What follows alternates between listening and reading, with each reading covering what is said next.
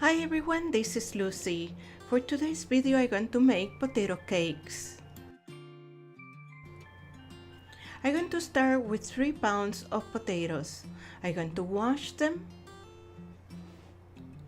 peel them, and cut them in squares. I'm going to place the potatoes in a large pot and cover with water, adding 1 tablespoon of salt and 4 garlic cloves. Boil the potatoes until they are really tender for about 20 minutes. Then drain them and mash them.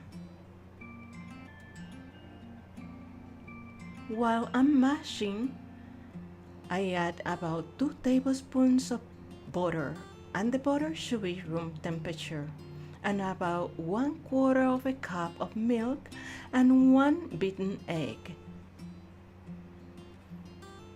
Make sure everything is mixed well together.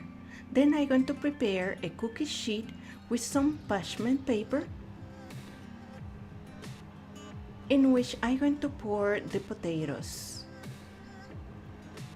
You can also use wax paper for this purpose. Spread the potatoes in the cookie sheet and then place them in the refrigerator for at least 2 hours.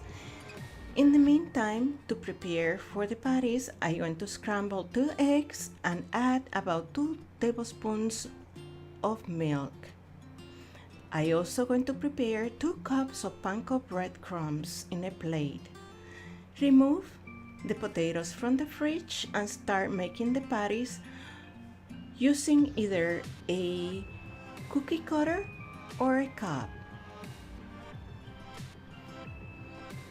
Then I dredge the patties into the egg mixture and cover them with panko bread.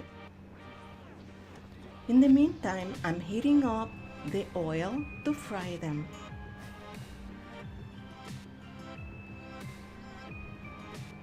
Be very gentle with the patties.